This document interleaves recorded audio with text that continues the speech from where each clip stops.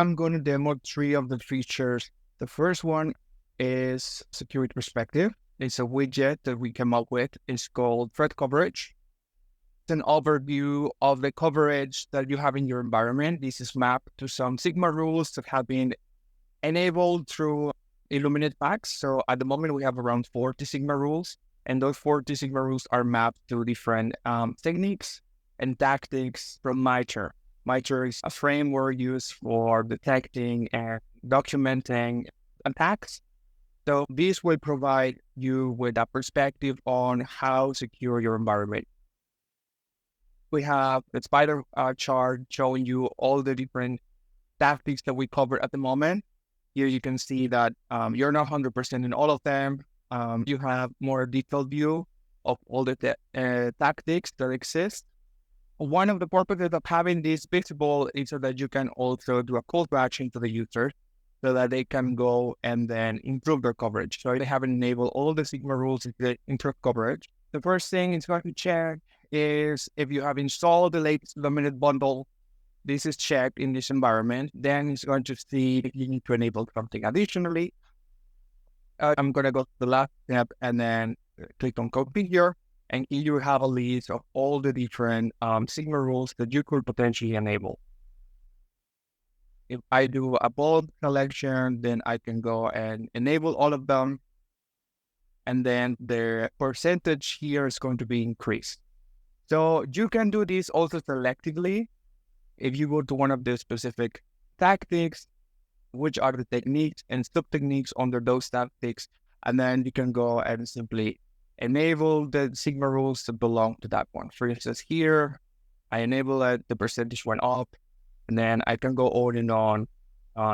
Once that is done, then you can see that your coverage is increased, and then we added an option to download the screenshot of that widget so that you can probably put this in your reporting if that's needed.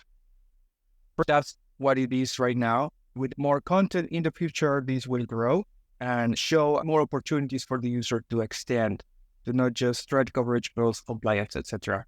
So just to give you an overview of that, export a PDF, nicely put and right.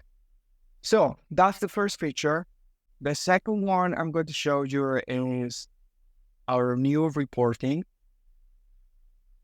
Here you have a list of your report. What is changed is the workflow to create a new report. From the start, we have an overview. Just here, I'm going to make a mock test, and then I'm going to add management report. I'm going to change the to my time zone, and then it's going to reflect that immediately on the preview. The next part is one of the improvements that users will get. Is how you select the content that will go to your report. And here we have made very easily the selection process. So you get all of your dashboards listed here. And from your dashboards, you can see which widgets are included there. So now I can pick what or 2 or 3 or 4, and then those will be added here and then display on the preview. One of the things requested was the possibility to change the labels of these widgets and add some descriptions. So now it's possible.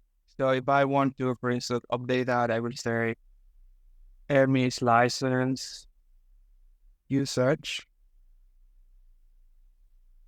That's going to be updated automatically. And then if you want to change the description, you can also do it. And it will be updated. That will be changed only on your report. It's not going to impact your dashboard per se, but it's a good way to just modify it on the go. You can also change the order of the widgets. It's going to be updated in the way that you want. The next section is about delivery.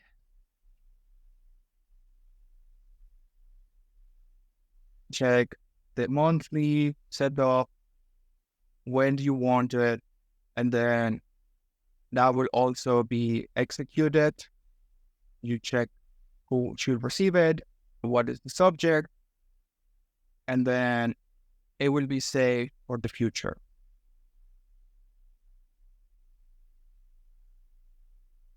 The next section is about the style. We have some additions here. So now we can add a header and a footer. Those are sections that will show up here. That will add these to every page of your report, counting from the page where the report actually starts, not on the cover page. So that's something we will change. And then we also added the page numbering. You can also add text on the footer, like something like that. We also have a new addition, which is the table of contents. So now you have that. And when you click on the items, you can go directly to the page where the content is available. I think that's it for the creation process. I'm going to just go ahead and save it. And then I'm going to go back to my list. One of the additions we have is that now you have an archive of your reports. You can check from all the sent out that have been there, which were the actual documents the recipients received. In this case, for some reason, you need to recover one document, and 4 months ago, you can download it as it was sent back then. It would also give you some indications on whether the report was successfully sent. In this case, all of them were successful. It's an overview for the track record of your reporting tool. The last feature I want to show you is our AI reporting feature. As part of our investigation, we have created some investigations here. The case that we were testing was privilege escalation and persistence. When you click on AI report, what we should do is a sort of summary that will tell you the relationship between the logs, the events, and the alerts that were added to that investigation. And then it will provide you with an overview of what happened, what was possibly the root cause, what you are supposed to do from that point onwards. Nice conclusion on what was the analysis made by the AI surveys. Every time that you get the report, you will have consistency in the structure it provides. So it will always give you the evidence summary, the root cause analysis, the impact analysis, and the recommendation. The analyst who is looking at the report can really understand in depth what's going on. We try to avoid hallucinations, so the prompt has been given instructions not to create false relationship between the data.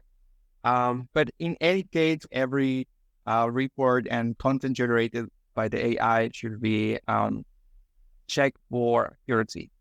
This is another tool to help understanding threat attacks or issues pertaining to security in the company. You can copy the report, paste it to another working document, or you can also download it if that's what you want to do. For records, we provide a file document. There is also a limit on the number of reports the user can create per day. And then the quota is restarted at the next day.